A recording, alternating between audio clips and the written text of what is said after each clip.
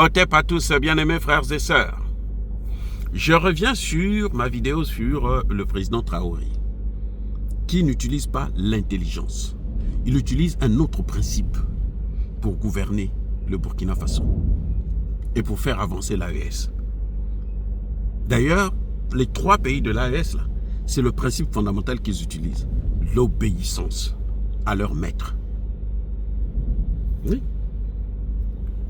Traoré utilise le principe d'obéissance à un maître qui a un nom, le peuple. Quand pour obéir à un peuple, c'est ça la force d'un dirigeant. Écoutez bien. Vous n'êtes pas obligé de vous casser la tête. Vous avez un maître. C'est le peuple là que vous êtes qui est en train de vous suivre. C'est lui qui dit non, nous on va aller de tel côté. On va aller de ce côté-là. Est-ce que pour ça vous avez besoin de l'intelligence? Dites-moi. Pour obéir à des ordres, est-ce que vous avez besoin de l'intelligence?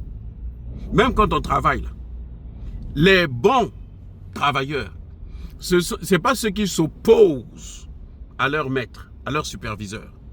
Non. Quand le superviseur dit fais ceci, oh non, c'est pas comme ça, monsieur le superviseur, vous voyez, nous, ça c'est pas comme ça, voici comment. Non. Lorsqu'il va te noter, il va dire que celui-là, c'est un contestataire. Le bon superviseur va vous noter par rapport aux directives que vous suivez. S'il dit, voici la procédure que je veux que vous puissiez suivre pour préparer mes rapports. Vous devez commencer d'abord par me donner tel élément. Après, vous me donnez tel autre élément. C'est comme lorsqu'à l'école, non? Le professeur vous dit que une rédaction, hein? Ou, si vous voulez, d'autres appellent ça une dissertation. Il y a une introduction, il y a un développement, il y a une conclusion. Ce sont les directives que nous avons tous reçues à l'école. Introduction, développement, conclusion. Maintenant, on vous dit dans l'introduction, voilà ce que vous allez faire. Vous annoncez ce que vous allez dire. Dans le développement, vous expliquez ce que vous avez annoncé. Dans la conclusion, vous prenez position. Et vous élargissez le sujet. C'est une procédure. Quand on vous donne un devoir, un sujet de dissertation, s'il n'y a pas les 3 parties là, vous aurez quoi? Une mauvaise note. Pourquoi? Parce que vous n'avez pas suivi les directives du professeur, du maître. Un État, c'est pareil. Vous voulez gouverner un État, faites ce que le peuple vous demande. Vous allez voir que vous allez gouverner l'État. Je vous ai pris l'exemple de Tshisekedi et de Traoré.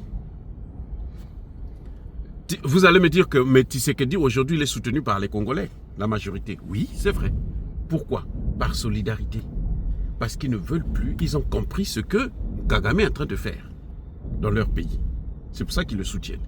Mais ce n'est pas parce qu'il a réussi, puisqu'il n'a même pas encore réussi. Vous voyez la différence? Alors que Traoré, on le soutient parce qu'il fait ce que le peuple lui demande de faire. Et si Traoré se trompe, ce n'est pas lui qu'on va punir. C'est le peuple qu'on va punir. C'est le peuple qui va se sentir, ah, nous on l'a entraîné dans une mauvaise voie, cette voie-là, ce n'est pas la bonne. Et ce même peuple-là a les moyens de corriger.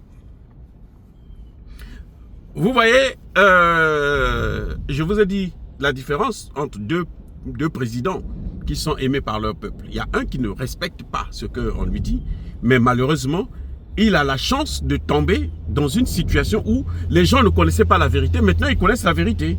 Avec surtout le travail que nous faisons, on informe les Congolais, on informe les Africains et tout. Maintenant, les gens comprennent que, oh, mais si on ne soutient pas Tshisekedi, on risque d'aller encore plus loin.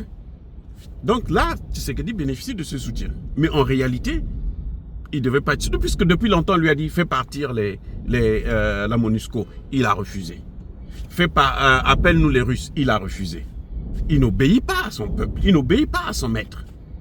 Et aujourd'hui, si, avec les Américains, si ça échoue, c'est-à-dire que les Américains viennent, et puis au lieu de apporter la sécurité, ils aggravent la situation, Tshisekedi sera le seul responsable.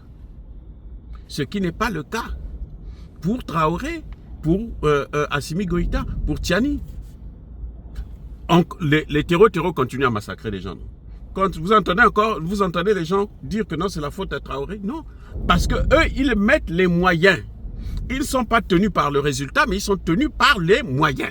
Est-ce qu'ils mettent les moyens en jeu, comme le peuple leur demande? Oui. Alors, donc quand il y a erreur, il y a des échecs, le peuple assume que c'est notre faute à nous. Maintenant, vous avez des dirigeants comme Alassane Ouattara, hein, comme le Togolais, là, Yadema, comme le Béninois, qui ne réussissent, qui ont des problèmes parce qu'ils ne respectent pas la volonté de leur peuple. Donc là, je vous sors 3 catégories de dirigeants. Un qui fait exactement la volonté de son peuple, et même quand il y a des erreurs, il n'est pas responsable. Il y en a, ça c'est Traoré et les pays de l'AES. Un peu aussi Touadéra, un peu aussi le Tchadien tente de venir sur la même longueur, la même voie. Mais il y en a un, par exemple Tshisekedi, qui lui, le peuple lui donne une voie à suivre. Il dit non, la voie du peuple là n'est pas bonne. Il choisit sa voie à lui. Je ne dis pas que en faisant venir les Américains c'est mauvais. C'est une bonne voie. Mais au cas où il y a une erreur, où les Américains abusent par exemple de leur pouvoir, ou bien ils changent leur manière de coopérer avec le Congo, Tshisekedi sera seul responsable. Ce n'est pas les Congolais qui seront responsables. Mais la situation est encore plus grave pour les Alassane Ouattara et les autres. Parce que eux, non seulement le choix qu'ils font alors pas du tout, eux ils sont différents des 2 autres cas. Ils sont complètement différents. Mais ce que je peux dire, c'est que eux, s'ils ont quelque chose, d'abord eux, ils sont même haïs. Mais alors, personne ne peut les regarder. Personne ne peut les regarder. Vous avez vu que, par exemple, Tshisekedi l'une des forces de Tshisekedi, c'est d'avoir soutenu les Ouazalendo. Tshisekedi n'a pas sacrifié les Ouazalendo. Il a soutenu les Ouazalendo. En tout cas, de ce côté, il a fait ce que le peuple lui demandait. Donc, Tshisekedi est un peu au milieu. Vous voyez, il joue avec le feu. Hein? En quelque sorte. Mais les autres, là, les autres chefs d'État, là, africains, là, vous voyez que ça ne marche pas du tout, là. D'ailleurs, le résultat, c'est que le résultat, ça ne marche pas du tout. Les 2 cas, que ce soit de Tshisekedi ou de Traoré, vous avez quand même des résultats qu'on peut saluer. Mais chez les autres, chez Alassane Ouattara, chez Patrice Talon et tout, il n'y a aucun résultat. C'est l'échec total. Il n'y a rien du tout qu'on peut retenir. Vous voyez, parce que ils sont, mais alors, de l'opposé. C'est comme s'ils étaient les opposants de leur propre peuple. Alors que le pouvoir appartient à ce peuple-là. C'est leur pouvoir à eux. Donc si vous ne les écoutez pas, vous n'écoutez pas votre maître. Et quand vous n'écoutez pas le maître, mais c'est pas normal. Eux, ils font carrément tout le contraire de ce que le maître dit. Et ils s'en foutent du maître. C'est-à-dire quand il vient, son superviseur donne une ligne de conduite, ils s'en foutent. Ce sont des gens qui sont toujours hors sujet. À l'école, là, des gens comme ça, ils sont toujours hors sujet. Hors sujet. Donc zéro, il n'y a rien à retenir. Et ils sont nombreux comme ça en Afrique, là. La plupart des chefs d'État africains, c'est ça. C'est ça leur problème. C'est pour ça que vous voyez que on peut facilement manipuler leur population contre eux. On peut facilement manipuler leur... Mais on a fait ça avec Mobutu. Ce sont les mêmes Occidentaux qui ont manipulé la population. La population s'est rendue compte qu'on a été manipulé après. C'est pour ça que maintenant, la population... Même, vous voyez, les gens ne sont pas excités par les Américains. Non.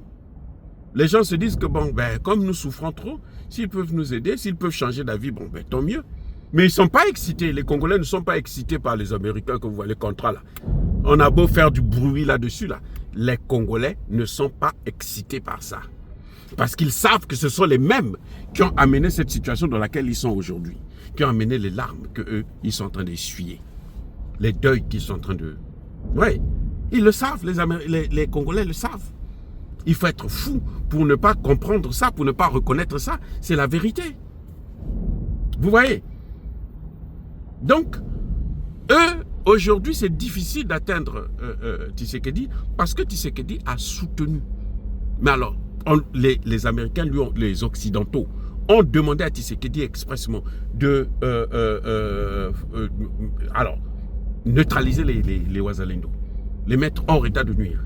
Tshisekedi a refusé. Là, il a fait la volonté du peuple.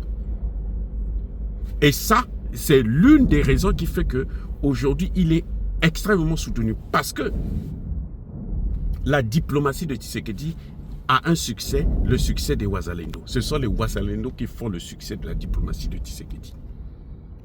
Je vous ai expliqué ça dans une de mes vidéos. Fight and talk. Soyez bénis, abondamment bénis par le Dieu de Kémite et par nos ancêtres angélisés. Mais que tous ceux qui persécutent le continent africain, le pillent et le déstabilisent, qu'ils soient noirs, blancs, chinois, arabes, juifs, indiens, qui qu'ils soient punis, maudits, foudroyés, neutralisés, écrasés, effacés par le Dieu de Kémite et par nos ancêtres angélisés. Vive l'Afrique éternelle, j'ai dit et j'assume.